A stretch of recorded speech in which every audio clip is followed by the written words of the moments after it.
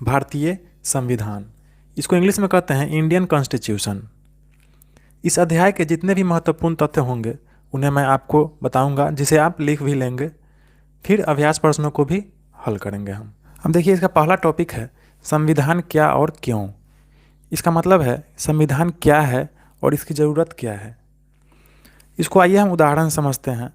दो उदाहरण समझते हैं। पहला उदाहरण है आपके विद्यालय का। आप अपने विद्यालय रोज़ जाते हैं, पढ़ाई करते हैं वहाँ, ठीक है।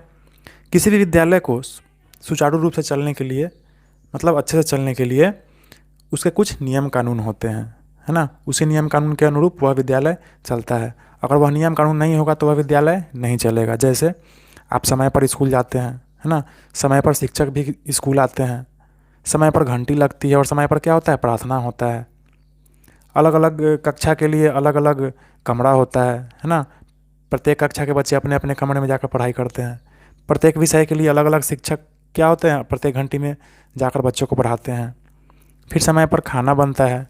तो इस तरह जो होते हैं बहुत सारे नियम कानून होते हैं और उसी नियम के अनुरूप सब कोई चलता है, तो वह विद्यालय जो है अच्छे से चलता है और बच्चे भी अच्छे से उसमें पढ़ते हैं। अगर यह नियम कानून नहीं होगा तो उसमें एक भी बच्चा नहीं पढ़ पाएगा, वह विद्यालय नहीं रह जाएगा, वह एक खेलने कूदने का साधन रह जाएगा।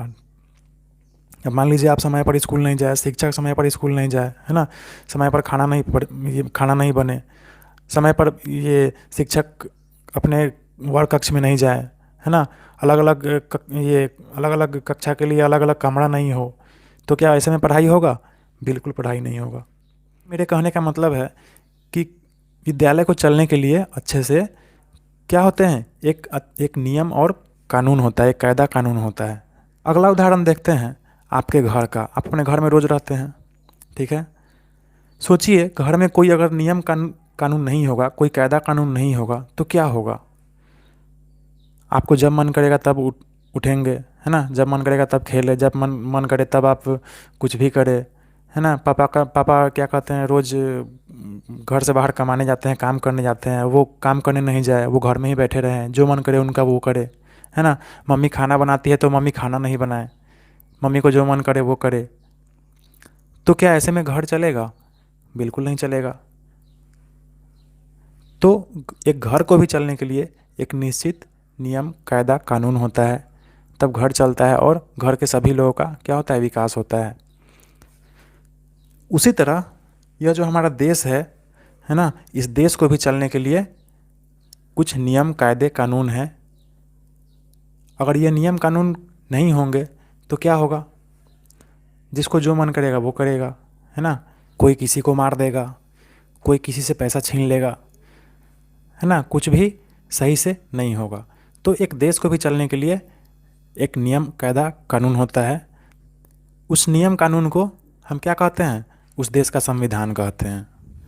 तो संविधान क्या है, इसे आप अपने कॉपी में लिख ले। यह नियमों व कानूनों का संग्रह है जो सरकार को जनता के हित में कार्य करने की दिशा देता है, जिससे समाज के सभी वर्गों के लोगों का विकास हो सके। इसी में एक अगला महत्वपूर्ण तथ्य है शिक्षा का अधिकार अधिनियम 2009। यह है क्या? अब चूंकि यह नियम आप सभी से संबंधित है, मतलब छात्रों से, बच्चों से संबंधित है, इसलिए इसे जानना आपको एकदम आवश्यक है। इसे आप लिख ले। इसे शिक्षा का अधिकार अधिनियम 2009 भी कहते हैं। 6 से 14 वर्ष के बच्चों को किसी भी विद्यालय में प्रवेश से मना नहीं किया जा सकता है तथा उनकी अनिवार्य एवं मुफ्त शिक्षा की व्यवस्था करना। प्रत्येक 3 किलोमीटर के दायरे में 8वीं तक की सरकारी स्कूल होना आवश्यक है। कक्षा 1 से 5 तक के विद्यालयों में 30 छात्रों पर एक शिक्षक का होना आवश्यक है। यही है आपका शिक्षा का अधिकार अधिनियम 2009। अब अगला जो महत्वपूर्ण तथ्य है उसे भी आप लिख ले कि बुनियादी नियम क्या हैं। तो बुनियादी नियम जैसे शिक्षा का अधिकार, स्वतंत्रता, समानता, सामाजिक न्याय, धर्मनिरपेक्षता इत्यादि, ये सभी जो कानून हैं ये सब बुनियादी नियम कहलाते हैं, क्योंकि इसके बिना आदमी का जीवन बेकार है ना, इसलिए ये बुनियादी नियम कहलाते हैं। अब इन सभी चीज़ों को हम आगे पढ़ेंगे अच्छे से। अब देखिए अगला टॉपिक है भारतीय संविधान का ऐतिहासिक संदर्भ। मतलब भारतीय संविधान की आवश्यकता क्यों पड़ी, है ना। तो आपको पता होगा कि हमारा देश पहले गुलाम था। मतलब जिस तरह आज हम अपना वोट देकर सरकार चुनते हैं, वैसा पहले नहीं था। हमारे देश पर इंग्लैंड का शासन था, है ना, आपको पता होगा। वही देश हम लोग पर राज चलाता था और जैसे मन होता था उसको वैसे अपना कानून बनाता था और हम पर थोप देता था। और यहाँ के लोगों का जीना क्या हो गया था, एकदम बेहाल हो गया था।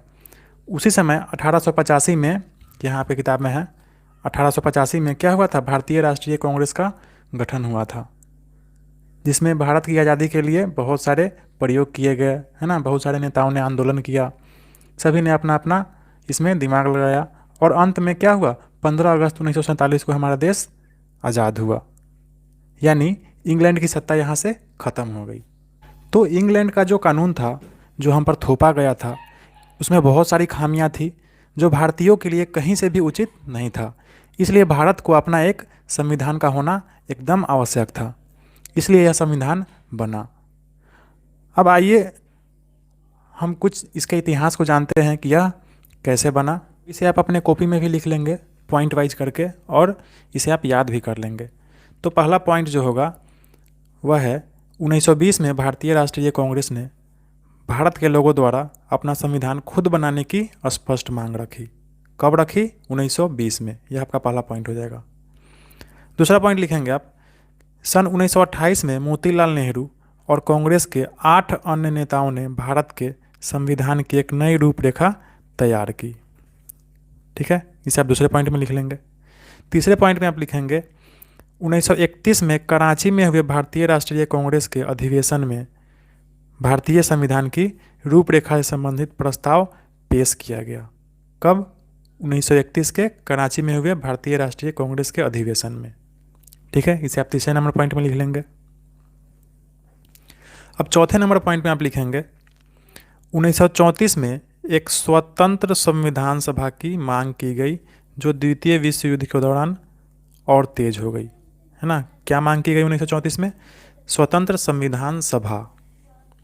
ठीक है। अच्छा, अगले पॉइंट, पांचवें पॉइंट में आप लिखेंगे कि अंततः कब, दिसंबर 1946 में संविधान सभा का गठन किया गया, है ना।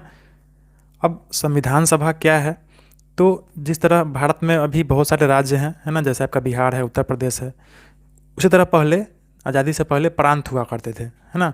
तो संविधान सभा में सभी प्रांतों के चुने हुए जनप्रतिनिधि थे, जिन्हें क्या करना था, संविधान को लिखना था, है ना। उसी को संविधान सभा कहा गया। अब अगला पॉइंट 6 नंबर में आप लिखेंगे 9 दिसंबर 1946 को संविधान सभा की पहली बैठक हुई, कहाँ, नई दिल्ली में, जिसमें अस्थायी अध्यक्ष के रूप में डॉक्टर सच्चिदानंद सिन्हा को चुना गया। अब ध्यान दें कि सच्चिदानंद सिन्हा जो थे वो आपके बिहार के ही थे। ठीक है। अगला पॉइंट 7 नंबर में आप लिखेंगे 11 दिसंबर 1946 को डॉक्टर राजेंद्र प्रसाद संविधान सभा के अस्थायी अध्यक्ष बनाए गए, है ना। देखिए, ये 9 दिसंबर को सच्चिदानंद सिन्हा ये अस्थायी अध्यक्ष थे, लेकिन 11 दिसंबर 1946 को राजेंद्र प्रसाद अस्थायी अध्यक्ष बना दिए गए, है ना। अब ये भी ध्यान इसमें रखने वाला बात है कि राजेंद्र प्रसाद जो थे वो भी आपके बिहार के ही थे। ठीक है। अगला पॉइंट लिखेंगे आप, भारतीय संविधान लिखने वाली सभा में कुल 299 सदस्य थे तथा इसकी प्रारूप समिति के अध्यक्ष डॉक्टर भीमराव अंबेडकर थे। भीमराव अंबेडकर जो प्रारूप समिति के अध्यक्ष थे। अगला पॉइंट लिखेंगे आप कि 26 नवंबर 1949 को संविधान लिखने का कार्य पूरा हुआ। कब पूरा हुआ, 26 नवंबर 1949 को। अगला पॉइंट आप लिखेंगे संविधान बनने में कुल 2 वर्ष 11 महीने और 18 दिन लगे। कितने दिन लगे, 2 वर्ष 11 महीने और 18 दिन। ठीक है। और अगला पॉइंट लिखेंगे आप 26 जनवरी 1950 को संविधान लागू किया गया। ठीक है, कब लागू किया गया, 26 जनवरी 1950 को। आपको ध्यान में होगा कि 26 जनवरी को आप हर साल जो मनाते हैं वह क्या है, गणतंत्र दिवस, है ना। वो इसी के उपलक्ष्य में हम लोग मनाते हैं। ठीक है। देखिए, अगला जो महत्वपूर्ण तथ्य है वह है भारत का संविधान उद्देशिका, है ना। यह जो है पंडित जवाहरलाल नेहरू के द्वारा प्रस्तुत किया गया था और इसी को संविधान के उद्देशिका में शामिल कर लिया गया, है ना। तो आपका जो संविधान है वह इसी से शुरुआत होता है ना। सबसे पहले यही है, उसके बाद आपका संविधान का नियम कानून का जो पोथा है वह क्या होता है, स्टार्ट होता है। तो यह जो है यह हर बच्चे को याद होना एकदम अति आवश्यक है ना। आपको यह याद होना चाहिए आपके संविधान के उद्देशिका क्या है। तो क्या है, इसको आप एक बार पढ़ें। हम भारत के लोग भारत को एक संपूर्ण प्रभुत्व संपन्न समाजवादी पंथनिरपेक्ष लोकतंत्रात्मक गणराज्य बनाने के लिए तथा उसके समस्त नागरिकों को सामाजिक आर्थिक और राजनैतिक न्याय, विचार अभिव्यक्ति विश्वास धर्म और उपासना की स्वतंत्रता, प्रतिष्ठा और अवसर की समानता प्राप्त कराने के लिए तथा उन सब में व्यक्ति की गरिमा और राष्ट्र की एकता और अखंडता सुनिश्चित करने वाली बंधुता बढ़ाने के लिए दृढ़ संकल्प होकर अपनी इस संविधान सभा में आज तारीख 26 नवंबर 1949 ईस्वी मिति मार्ग शीर्ष शुक्ल सप्तमी संवत 2006 विक्रमी को एतत् द्वारा एवं इस संविधान को अंगीकृत अधिनियमित और आत्मार्पित करते हैं। अब अगला जो महत्वपूर्ण टॉपिक है वह है संविधान के बुनियादी मूल्य। तो किसी भी समाज के, किसी भी देश के खुशहाल बनने के लिए, खुशहाल होने के लिए, है ना, कुछ बुनियादी मूल्य है जो हमें हमारे संविधान के द्वारा क्या है, प्राप्त है। जैसे यहाँ देखें, लोकतंत्र, स्वतंत्रता, समानता, न्याय व धर्मनिरपेक्षता, है ना। तो इन सभी को हम यह जो शब्द है वो आपको अभी थोड़ा टफ लग रहा होगा, लेकिन इसको हम एक एक करके समझते हैं, यह काफ़ी आसान चीज़ है। तो देखिए, यह जो पहला पॉइंट है लोकतंत्र, बुनियादी नियम का जो पहला पॉइंट है वह है लोकतंत्र। इसको इंग्लिश में कहते हैं डेमोक्रेसी, ठीक है। लोकतंत्र का मतलब है ऐसा तंत्र जो लोगों के द्वारा बनाया गया हो, ठीक है। मतलब ऐसा तंत्र जो खुद के द्वारा बनाया गया हो, मतलब लोगों के द्वारा बनाया गया हो। जैसे आप अपना वोट देकर सरकार बनाते हैं, तो इसका मतलब क्या हुआ कि सरकार जो है वो आपके द्वारा ही बनाया गया है ना। अब जैसे आज नरेंद्र मोदी प्रधानमंत्री है, वह भारतीय जनता पार्टी से प्रधानमंत्री हैं, तो इसका मतलब क्या हुआ, यहाँ के भारत देश के बहुत सारे लोगों ने क्या हुआ, उनको वोट दिया, तब तो आज प्रधानमंत्री है। या कुछ साल पहले मनमोहन सिंह प्रधानमंत्री थे कांग्रेस से, तो इसका मतलब क्या हुआ, उस समय बहुत सारे लोगों ने मनमोहन सिंह को अपना वोट दिया था, कांग्रेस को वोट दिया था, तो वो प्रधानमंत्री थे। इसी तरह लोग जो है वो अपने पसंद से, अपने हिसाब से क्या करते हैं, यहाँ के ये जो शासक को चुनते हैं। तो यही लोकतंत्र है, ठीक है, अपने पसंद का शासक चुनना। अगला टॉपिक है स्वतंत्रता। इसको इंग्लिश में कहते हैं इंडिपेंडेंस, ठीक है। तो स्वतंत्रता का मतलब है जैसे आज हम स्वतंत्र हैं, है ना। पहले हम क्या थे, अंग्रेजी हुकूमत के, इंग्लैंड के सरकार का अधीन थे, वो हमारे देश पे शासन कर रही थी। तो क्या हुआ, 15 अगस्त 1947 को हमारा देश आज़ाद हुआ। तो उसी के उपलक्ष्य में हम लोग क्या करते हैं, हर साल 15 अगस्त को क्या करते हैं, स्वतंत्रता दिवस मनाते हैं। तो आज हम स्वतंत्र हैं, इसका मतलब क्या हुआ, हम अपना सरकार खुद से चुनकर बनाते हैं, है ना। किसी भी गलत चीज़ के लिए आवाज़ उठाने के लिए हम क्या हैं, आज के डेट में स्वतंत्र हैं, पहले ऐसा नहीं था। अपने देश में कहीं भी घूमने फिरने, पढ़ने, व्यवसाय करने इत्यादि के लिए हम क्या हैं, स्वतंत्र हैं। यह सब जो चीज़ था वह पहले हमें नहीं था। अब देखिए, आपका अगला टॉपिक है समानता की समझ। मतलब आज भी हमारे देश में काफ़ी असमानताएं हैं, लेकिन संविधान के अंतर्गत इस देश के सभी नागरिक क्या हैं, एक समान है ना। जैसे जाति के रूप में भी देखा जाए तो काफ़ी सारी असमानता है आज भी, है ना। बहुत सारे जात हैं, छोटा जात है, बड़ा जात है ना। बड़ा जात छोटा जात को नहीं देखना चाहता है ना। ये जात उस जात को नहीं देखना चाहता है। तो जाति के रूप में भी क्या है, बहुत सारी असमानता है। लेकिन संविधान के अंदर में, है ना, नियम, ये कोर्ट के अंदर में, नियम कानून के अंदर में क्या है, सभी जाति के लोग एक समान है ना। किसी में कोई भेदभाव नहीं किया गया है। अब अगला है लिंग के आधार पर। मतलब लिंग के आधार पर भी असमानता है आज भी हमारे समाज में, है ना।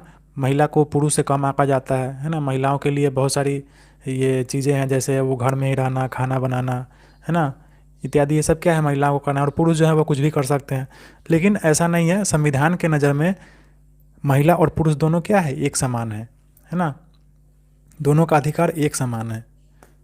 अगला है धन की असमानता। मतलब इस देश में बहुत सारे लोग क्या है, गरीब है, बहुत सारे लोग अमीर है। बहुत सारे लोग मध्यम वर्गीय हैं। तो संविधान के जो नियम कानून हैं वो ऐसा नहीं है कि गरीबों पर ज़्यादा लागू होता है, अमीरों पर कम लागू होता है, ऐसा कुछ भी नहीं है। सभी लोगों पर, वो चाहे भीख मांगने वाला आदमी हो या फिर इस देश का सबसे धनी आदमी हो, है ना, सभी के लिए यहाँ का जो कानून है वह क्या है, एक समान है। तो यही है आपका समानता की समझ। मतलब यह जो संविधान है वह सभी लोगों के लिए क्या है, एक समान है। देखिए आपका अगला टॉपिक है सामाजिक न्याय। इसको इंग्लिश में कहते हैं सोशल जस्टिस। अब आइए इसको हम समझते हैं यह है क्या। तो सरकार द्वारा संविधान में यहाँ के लोगों को 3 प्रकार का विभाजन किया गया है, 3 प्रकार के वर्गों में बांटा है। जैसे पहला है सामान्य वर्ग, दूसरा है पिछड़ा वर्ग और तीसरा है अनुसूचित जाति या जनजाति वर्ग, है ना। आपको पता होगा, आप इस तीनों में से किसी न किसी एक में जरूर होंगे।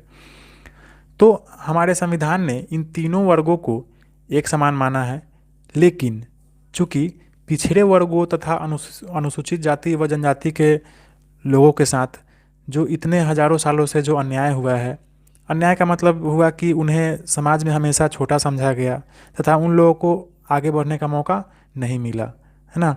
तो उन लोगों को, मतलब उन लोगों के उत्थान के लिए, मतलब आगे बढ़ने के लिए हमारा जो संविधान है वह क्या किया है, उनके लिए विशेष नियम कानून बनाया है, उनको सुविधा दिया है ना, ताकि वो क्या हो, वह आगे आए, मतलब जो पिछड़े लोग हैं वह आगे आए। यही सामाजिक न्याय है, ठीक है। अगला टॉपिक है धर्म निरपेक्षता। इसको इंग्लिश में कहते हैं सेकुलरिज्म, है ना। इसका मतलब यह हुआ कि हमारे देश में यहाँ कोई धर्म छोटा नहीं है, कोई धर्म बड़ा नहीं है, सभी धर्मों को एक समान माना गया है। वह चाहे हिंदू हो, मुस्लिम हो, सिख हो, ईसाई हो, जैन हो, जो भी धर्म हो, वह सभी को क्या किया गया है, एक समान माना गया है, ठीक है। इसको हम अगले चैप्टर में विस्तार से पढ़ेंगे। अब आइए इस पाठ के अभ्यास प्रश्नों को हम एक एक करके हल करते हैं। पहला प्रश्न है, एक नागरिक के रूप में देश के लोगों के लिए संविधान महत्वपूर्ण क्यों है। तो इसका उत्तर होगा, एक नागरिक के रूप में देश के लोगों के लिए संविधान बहुत महत्वपूर्ण है क्योंकि यह नागरिकों के मूलभूत हितों की रक्षा करता है, जैसे लोकतंत्र, स्वतंत्रता, समानता, सामाजिक न्याय, धर्मनिरपेक्षता इत्यादि। अगला प्रश्न है 2 नंबर, स्वतंत्रता आंदोलन के दौरान भारत के लोगों ने अपना संविधान बनाने की मांग क्यों रखी होगी।